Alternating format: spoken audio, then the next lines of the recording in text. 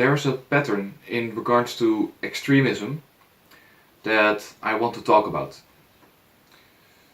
This is based on my experience with the alt-right in 2016. I was part of its meme war during the presidential election. But what surprised me, and what might surprise many people, is that there were actually a lot of Christians within the alt-right groups. Now, they seem to be of the more traditional groups. You would not really find the progressive Protestants there, or progressive Catholics. So they would either all be on the conservative side, not necessarily the most orthodox, since I have seen some of those Christians argue that Jesus would be Caucasian, European, and not Semitic, which is, well, I think that would disqualify orthodoxy. But that's beside the point. Those Christians, as well as the non-Christians within the alt-right group, would look down upon the more modern Christians, modern Christians is not the right word, the progressive types. And the non-Christians would usually look down upon Christians as a whole, because they think that they were being weak and give in to the progressive agenda and being cucks, as they would call them. Now, it's no secret that there are some extreme tendencies within the alt-right, some of them racist. What I want to say is that a lot of those people do not respect the church. They think it is pathetic. And I think we have seen this happen before in the 18th century. In the early 18th century, Freemasonry became more popular, and then definitely it took on its anti-Catholic stance. Now, out of that Freemasonry, the Illuminati formed as well, a little bit later.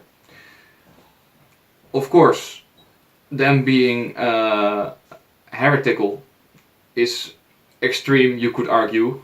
Not really my point, but they did have a hand in the French Revolution and other revolutions and civil wars across Europe and in the Americas.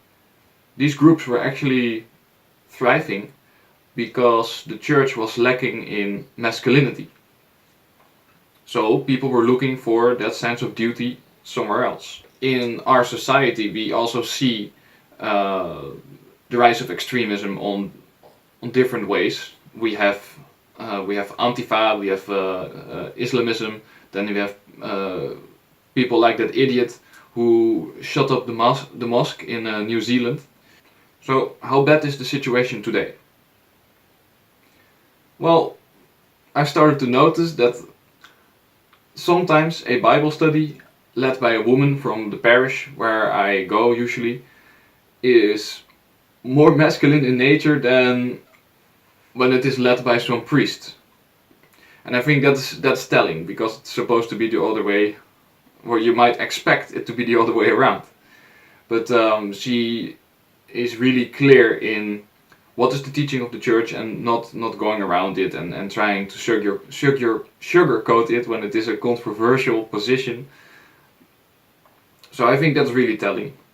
Of course, emasculation happens on a much wider level than just in the church.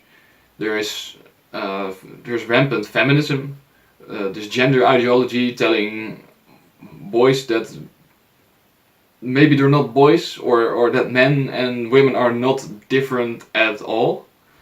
And of course the effects of pornography on men is also emasculating, it's subduing them. I would summarize it like this. The church is so emasculated that if you were to enter a church, there's a big chance you drown in pussy.